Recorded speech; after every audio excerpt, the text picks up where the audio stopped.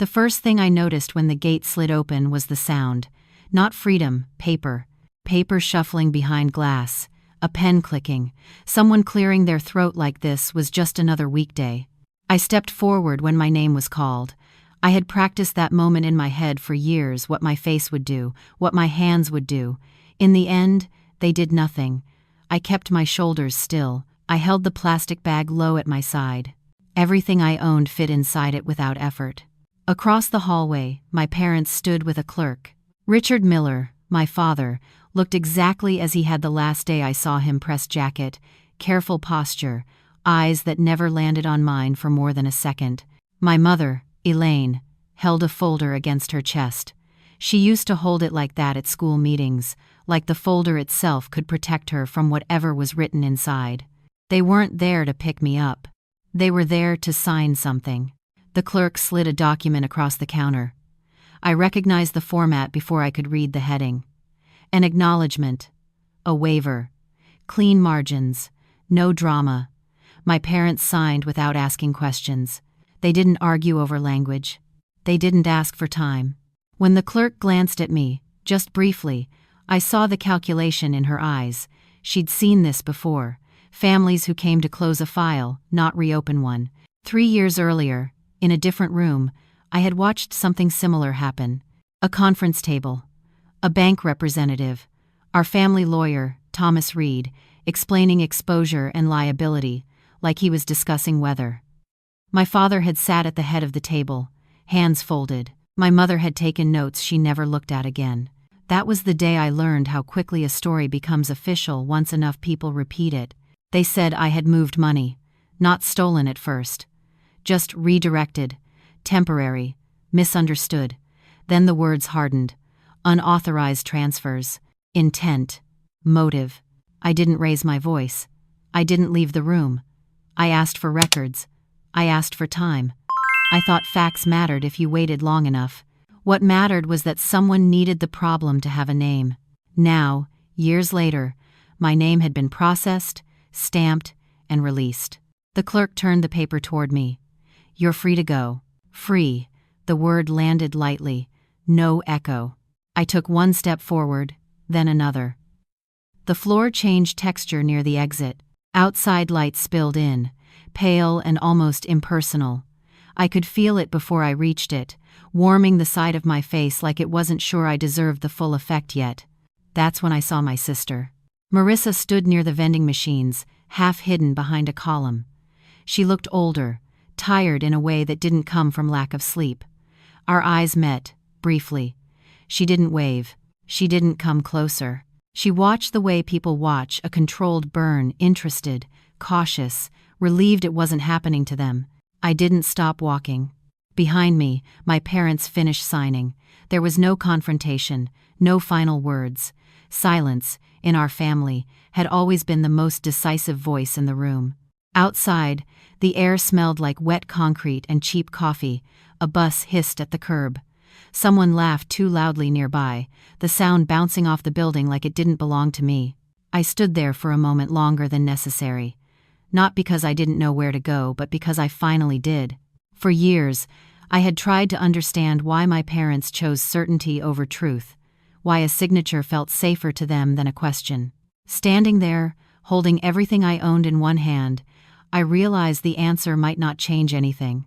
What mattered was this: the story they signed off on wasn't finished. It was just the version that got me locked away. I took my first step into the street, and for the first time since the accusation, I didn't feel the need to explain myself. Before we go any further, if you're here, listening quietly, stay with me. This is one of those stories worth hearing all the way through. If it resonates, you can support the channel by liking and subscribing. And if you're listening somewhere tonight, tell me which city you're in. I read every comment. Now let me take you back. Back to a time before the accusation, before the paperwork replaced conversation, to when I still believed my family was my safest place, before prison, before lawyers learned my name. My life looked stable from the outside. That was always my family's strength presentation. For 3 years, before everything collapsed, I worked for my father's company, Miller Logistics, Regional Freight. Nothing glamorous, thin margins, constant pressure. My father, Richard, liked to say stability was built by people who didn't complain. He said it often enough that it became policy. I ran operations, scheduling, vendor coordination, internal approvals. I wasn't a partner. I wasn't on the board, but I was trusted with access. That distinction mattered later. My mother, Elaine, managed what she called the soft side.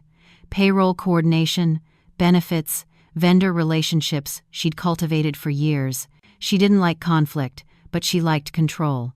Her authority lived in spreadsheets and conversations held behind closed doors.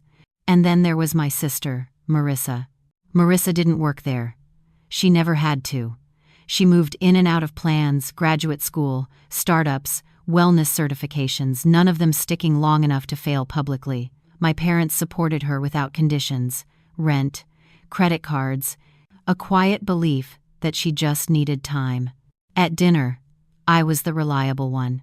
The one who showed up, the one who didn't ask for help. That role came with silence built in. When small problems appeared at the company, they came to me first. Late payments, vendor disputes, software errors. I fixed them. I didn't announce it. I thought competence spoke for itself. What I didn't see or chose not to see was how the balance of power had already been decided. My father trusted outcomes, not process. If something worked, it didn't need to be examined. My mother trusted systems, not people. If the paperwork looked clean, the story behind it didn't matter. And Marissa existed outside both. She was family, but not accountable. The first year passed quietly. Long hours, controlled stress. I lived nearby. I had my own place. I didn't ask to be included in decisions. That was the mistake. By the second year, money got tighter. Fuel costs rose. A contract fell through. Nothing dramatic, just enough pressure to make people nervous. That's when the meetings started happening without me. I'd notice calendar invites disappearing. Conversations stopping when I walked into the room. My father would say, "We'll catch you up later." He rarely did. I told myself it was temporary. That leadership meant trusting them to handle it. Looking back, I understand now. Silence feels like loyalty to people who benefit from it. The third year is when everything slowed down. Payments took longer to process. Elaine began asking for approvals in writing. She framed it as efficiency, documentation, best practices. I didn't argue. I complied. If you've ever been in a family business, you know how easily professionalism becomes a mask. You tell yourself boundaries are healthy. You ignore the moment when boundaries are used to isolate you. I noticed Marissa visiting the office more often. She sat in Elaine's office with the door closed. When I asked casually, Elaine said Marissa was helping with research. That word again, helping. No one explained what problem needed solving. I didn't push. That was my pattern. I believed restraint would protect the family from stress. I believed that asking fewer questions made me trustworthy. What I didn't understand was that my silence was being documented differently than I intended. When the discrepancy finally appeared, a small accounting irregularity buried in a routine reconciliation, it wasn't presented to me as a question. It was presented as a concern, then a risk, then a narrative. By then, the power imbalance was complete. I had access but no authority. Responsibility without visibility. A role built to absorb blame without creating noise. And the most damaging part?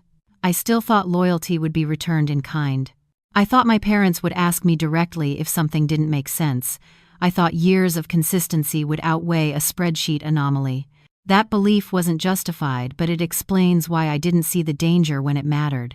By the time I realized silence wasn't protecting me, it had already been repurposed as evidence. The trigger wasn't dramatic. No alarms. No raised voices. No accusations delivered face to face. It began with an email. Elaine forwarded a message from our accounting software provider, flagged as urgent. A reconciliation alert. A variance just under $20,000 spread across 3 transactions. The tone was neutral, automated. The kind of thing that happened a few times a year and usually took 15 minutes to resolve. I opened the attachment. I recognized the vendor codes. I recognized the timing. End of quarter. heavy volume. Nothing stood out as criminal. I replied with a short explanation and asked for a day to trace the ledger. That was my mistake. By the time I finished pulling transaction records, the story had already moved ahead without me. The next morning, my father called a meeting. Not with me, about me. I found out later that Thomas Reed, our family lawyer, was present. So was a representative from the bank. They discussed exposure and preventive action. Words designed to sound responsible, not accusatory. Elaine presented printed spreadsheets. Highlighted cells.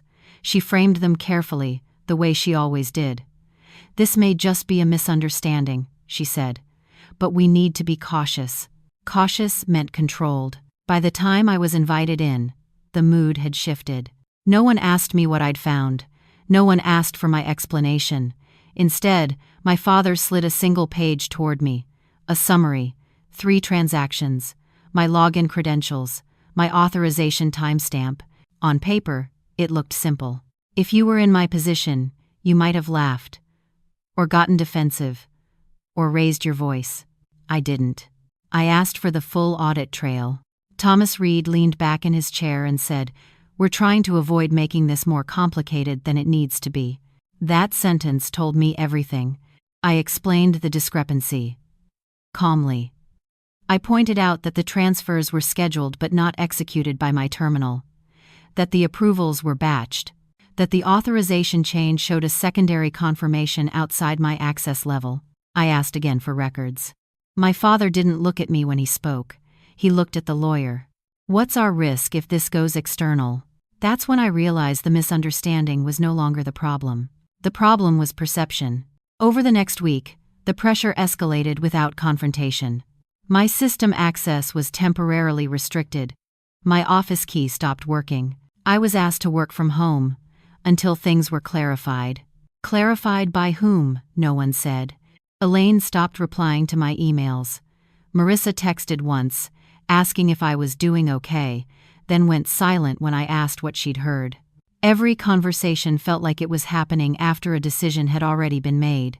The bank requested additional documentation, then a formal notice. The word irregularities appeared in writing, then potential liability. 8. Thomas Reed suggested, gently, that cooperation would look better. Cooperation, in this case, meant accepting a version of events I knew wasn't accurate. I was advised not to speak to anyone outside the family, not to seek independent counsel. "Let us handle this," my father said. His voice was steady, almost kind. You wouldn't believe how convincing calm authority can be when it comes from someone you've trusted your entire life. The misunderstanding hardened quickly. What began as a software flag became intent. What began as intent became motive. Someone mentioned covering losses. Someone else mentioned pattern behavior. No one mentioned Marissa's debts. No one mentioned the new accounts Elaine had quietly added to the system months earlier. And I didn't mention them either. I was still trying to protect the family. The final trigger came when my father asked me to sign a statement. It was framed as a clarification. A written acknowledgement that I had sole operational access during the time of the transfers. That any discrepancies would therefore be my responsibility. I read it carefully. Twice. It wasn't a confession. It was worse. It was a foundation. I handed it back without signing. "I need independent review," I said. The room went quiet. That was the moment the pressure shifted from internal to external. Within 48 hours, the company filed a report. The bank froze accounts. A formal complaint was submitted. The narrative moved beyond family control. I watched the process unfold with a strange calm. Not because I wasn't afraid, but because I finally understood what I was up against. This wasn't a mistake that could be corrected. It was a story that had already decided where I fit. The first night after the complaint was filed, I didn't sleep. Not because I was panicking, because I was listening. I replayed every conversation from the last year in my head, not emotionally, structurally. Who said what? When decisions shifted, which questions were never answered. Patterns began to emerge once I stopped hoping for a different outcome. By morning, I understood something clearly for the first time. No one was coming to correct this. That realization didn't feel dramatic. It felt clean. I hired my own attorney that afternoon. Not through a recommendation, through a directory. I chose someone who didn't know my family, didn't care about preserving relationships, and asked me one question during the consultation. What can you prove? That question changed everything. Until then, I had been explaining, defending, contextualizing. Now, I started documenting. I requested full system logs through formal channels. I filed written requests for transaction histories, access records, and internal approvals. I stopped making phone calls. Everything went through email. Time-stamped. Archived. Silence became my strategy. When my father called, I didn't answer. When Elaine left a voicemail suggesting we clear this up privately, I saved it and didn't respond. It was the first time in my life I chose not to manage their discomfort. The legal process moved faster once I stopped cooperating emotionally. An affidavit was filed. Charges were formalized. My attorney advised me not to expect fairness, only procedure. He said procedure was predictable. People were not. When I was formally arrested, it was quiet. No cuffs, no shouting. Just a polite officer at my door and a request to come downtown. I complied. Calm compliance was noted in the report. I remember that detail because it felt absurdly important at the time. The court process was efficient. Evidence was presented without commentary. The transactions were attributed to my credentials. The absence of internal objections was framed as tacit approval. The fact that I had been the last one with access was treated as conclusion, not circumstance. I didn't testify emotionally. I answered questions directly. When I didn't know something, I said so. That restraint didn't help. What helped was narrative simplicity, and theirs was simpler than mine. When the sentence was handed down, my parents were present. They didn't speak to me. My mother cried quietly.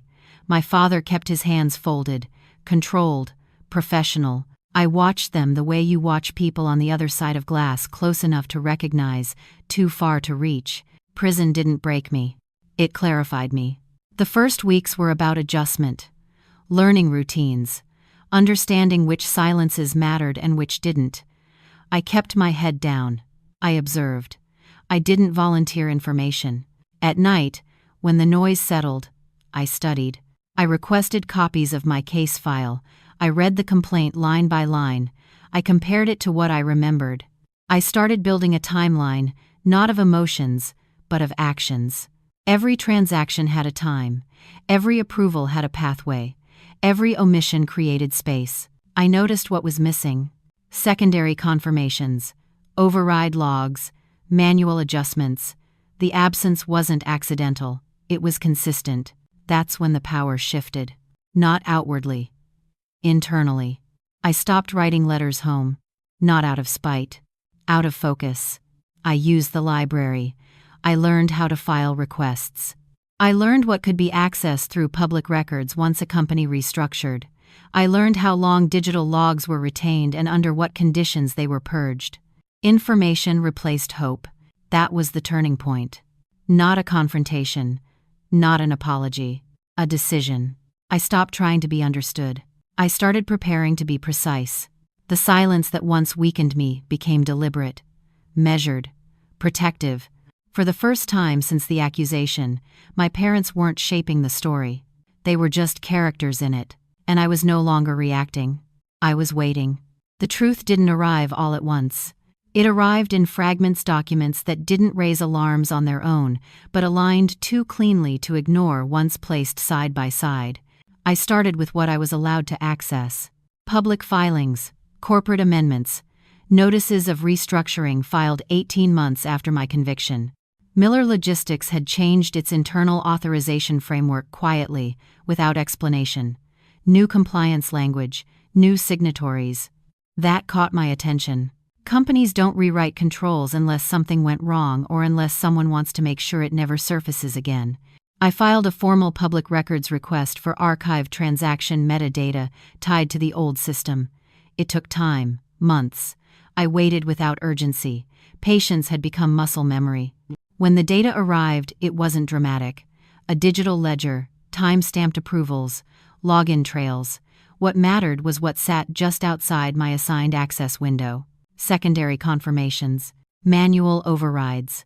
Actions executed after my credentials had initiated but before final release. I compared them to internal role definitions from the same period. I still had copies. I'd never thrown anything away. The override authority didn't belong to me. It belonged to Elaine. That alone wasn't enough. Authority without motive doesn't persuade anyone. So I kept looking. Credit reports are quiet storytellers if you know how to read them. Through a permissible inquiry tied to restitution review, I saw patterns emerge. Short-term personal loans taken out under Marissa's name, repeatedly refinanced, late payments followed by sudden clearances, always aligned with the same periods as the irregular company transfers.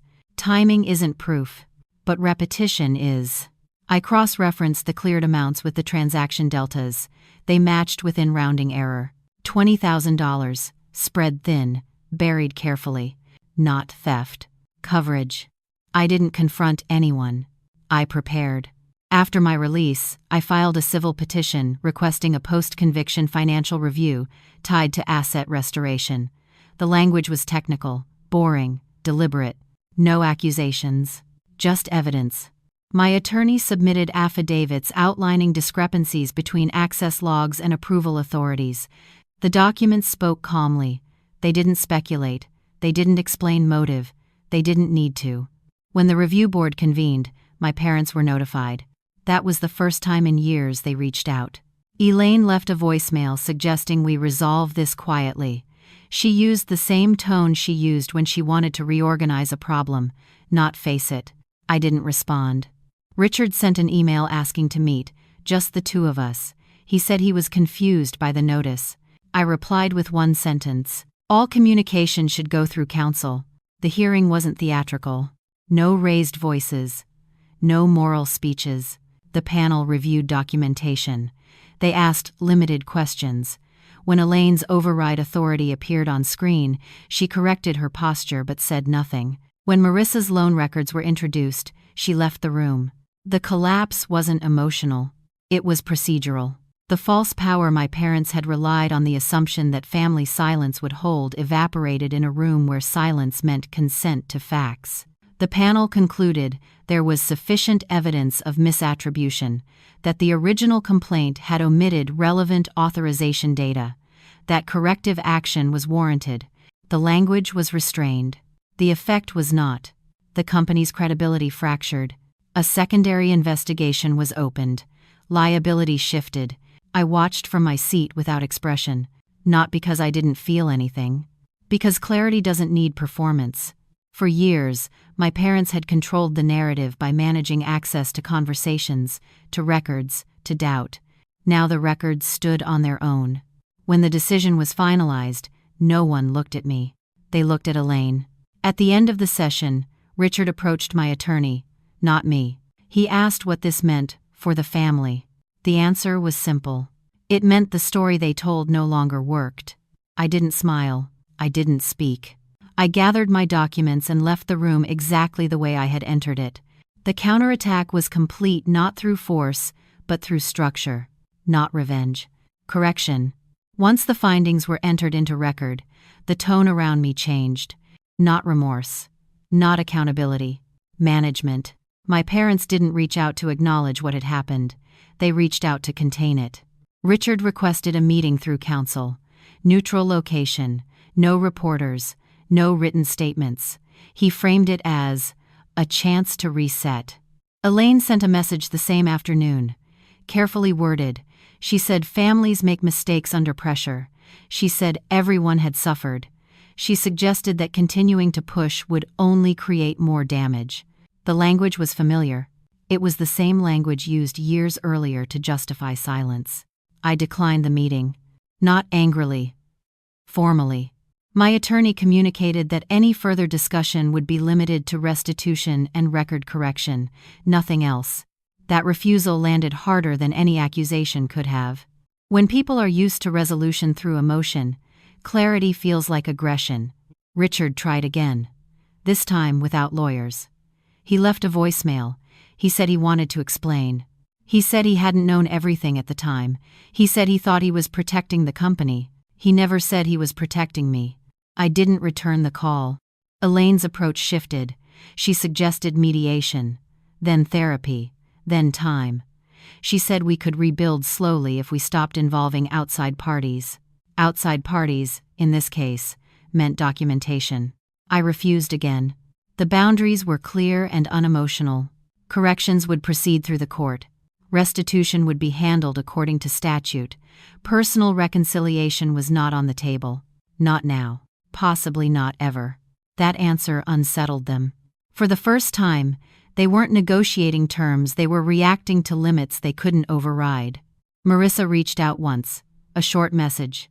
No denial. No explanation. Just an apology that didn't reference specifics. I read it. I didn't respond. Not because I didn't care. Because apologies without ownership don't create repair. They create pause. And I was done pausing my life. The legal consequences unfolded methodically. My conviction was reviewed. Records were amended. The company faced penalties. Elaine's role was formally documented. None of it felt triumphant. It felt necessary. When restitution was discussed, I declined anything beyond what was required to correct my record. I didn't want money to become another lever. I wanted closure through accuracy. That choice confused them. They expected anger, demands, retribution. What they got was distance. Distance, I've learned, is the most difficult boundary for people who rely on proximity to control outcomes. The situation didn't calm because I refused to calm it. I refused to absorb discomfort to make others feel settled. That refusal wasn't loud. It was consistent. And consistency, over time, changes the balance of power. I didn't announce that I was leaving. There was no declaration, no final conversation meant to carry weight. I simply stopped building my life around a place that no longer belonged to me. After the legal corrections were finalized, I closed my apartment, sold what I didn't need, packed what fit into the back of my car. The process was quiet, efficient. I chose another state for no symbolic reason, far enough to matter, close enough not to feel like escape. The day I left, my phone rang twice. I didn't answer either time. The first call was from my father. I knew because the number still lived in my phone, untouched. Familiar patterns are hard to erase. He didn't leave a message. The second was from my mother. She did leave one. Her voice was steadier than I expected. Controlled as always. She said she understood why I was taking space. She said she hoped eventually we could talk without lawyers involved. She said family shouldn't end this way. She didn't say she was wrong. She didn't say she would have chosen differently. I deleted the voicemail after listening to it once. Not out of anger. Out of completion. As I drove out of town, there was no sense of victory. Just a gradual loosening in my chest, like a muscle that had been held tight too long. Halfway through the drive, I stopped for gas. A woman at the next pump glanced at my license plate and asked where I was headed. I told her the state, not the story. She nodded like that was enough. It was. That night, I checked into a motel with clean sheets and thin walls. I slept better than I had in years. Not deeply. Honestly, distance has a way of recalibrating what feels urgent. A week later, my sister sent another message, longer this time. She said she was trying to understand what had happened. She said she hadn't known how bad things were. She said she missed me. I believed she missed the version of me who absorbed consequences quietly. I didn't reply. Not because she didn't deserve an answer. Because I wasn't ready to re-enter a dynamic that had never required her to change. The begging came later. Not dramatic. Practical. My father asked if I would reconsider testifying further. Elaine asked if I would help clarify her intent in writing. Both requests were framed as opportunities for healing. I declined both. The departure wasn't just physical. It was structural. I removed myself from the role that made their balance possible. No speeches. No ultimatums. Just absence. And in that absence, something important happened. They had to live with the version of events they could no longer adjust. I left them exactly where they had left me without access. Karma didn't arrive loudly. It didn't knock, didn't announce itself, didn't demand recognition. It unfolded the way consequences usually do, quietly, in sequence, without asking anyone how they felt about it. Miller Logistics didn't survive the year. After the secondary investigation, contracts were reviewed, then paused, then quietly reassigned. Vendors don't argue with risk, they avoid it. The company dissolved without scandal. No headlines, just filings. A brief notice in an industry bulletin most people never read. My father retired earlier than planned, not disgraced, not celebrated, just finished. He kept his reputation intact in public spaces. In private, his world narrowed. Fewer meetings, fewer calls, fewer people who needed his approval.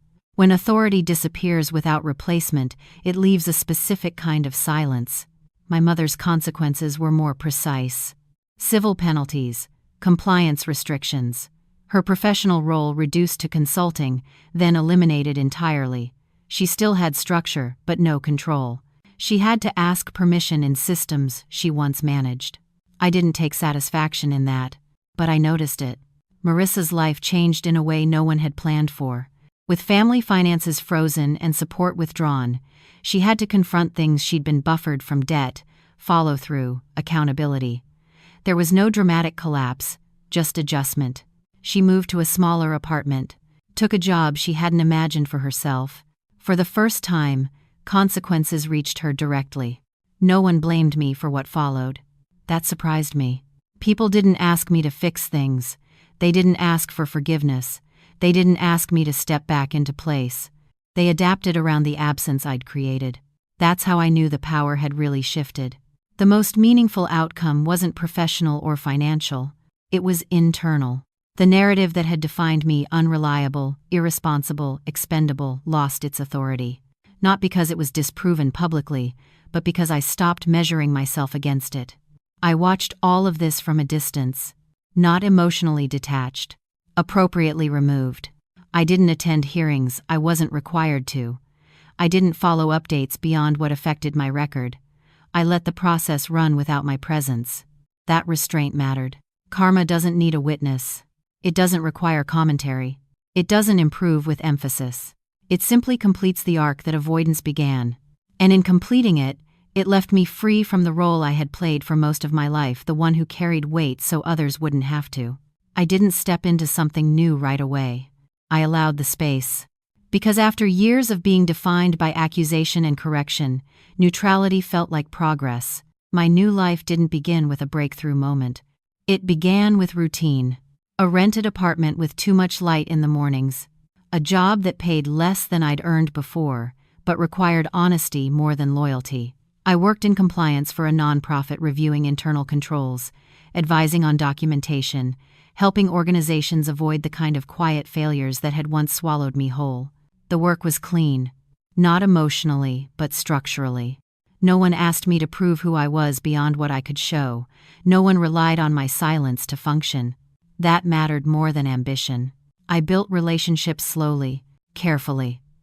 I paid attention to how people handled disagreement, whether they asked questions before drawing conclusions, whether family or team was used as an excuse to bypass accountability. When it was, I stepped back. I had learned how to leave without explanation. Every so often, my past reached out. A forwarded letter. A mutual acquaintance asking how I was really doing. An email from my father that said nothing specific and asked nothing direct. I didn't respond. Not because I was holding a grudge.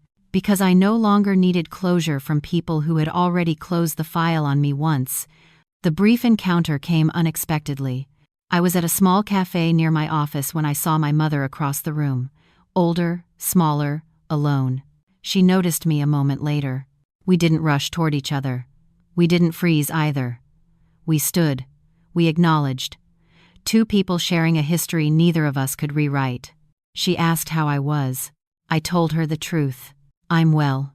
She nodded, like she wanted to ask something else, like she wanted permission to be forgiven without saying what she was sorry for. I didn't offer it. We said goodbye politely. Nothing dramatic. No reconciliation. No rejection. Just accuracy. As I walked back to work, I realized something important. I didn't feel the urge to explain myself anymore. Not to her. Not to anyone. That was the real ending. Not justice. Not vindication. Freedom from needing my story to be believed in order for it to be true. I built a life where evidence mattered, but identity wasn't always on trial. Where boundaries weren't punishments, just definitions. Where silence was a choice, not a sentence. If you've ever been in a situation where the people closest to you decided who you were without asking, if you've ever watched a narrative harden while you stood inside it, you already understand what this ending means. It isn't loud. It doesn't demand applause. It's the quiet confidence of knowing that your life no longer needs to be defended, and that is enough. If this story stayed with you, you're welcome to like the video or subscribe to the channel. And if you're listening from somewhere right now, feel free to share which city you're in. I didn't rebuild my life by proving anyone wrong.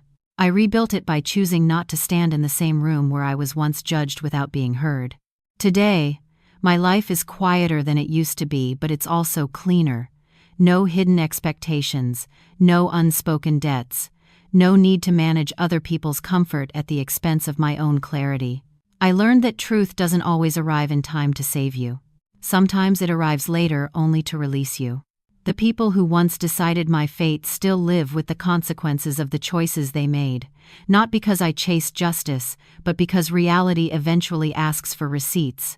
And reality doesn't argue. It simply waits. As for me, I stopped waiting. I no longer measure family by blood or loyalty by silence. I measure people by how they handle responsibility, especially when it's inconvenient. That changed everything. There are days I think back to the moment I walked out of that courthouse with nothing but a plastic bag and a name that no longer felt like mine. I didn't know then what I know now, that losing everything false is sometimes the only way to find what's real. I didn't get revenge. I didn't get an apology. I got my life back. And that was enough.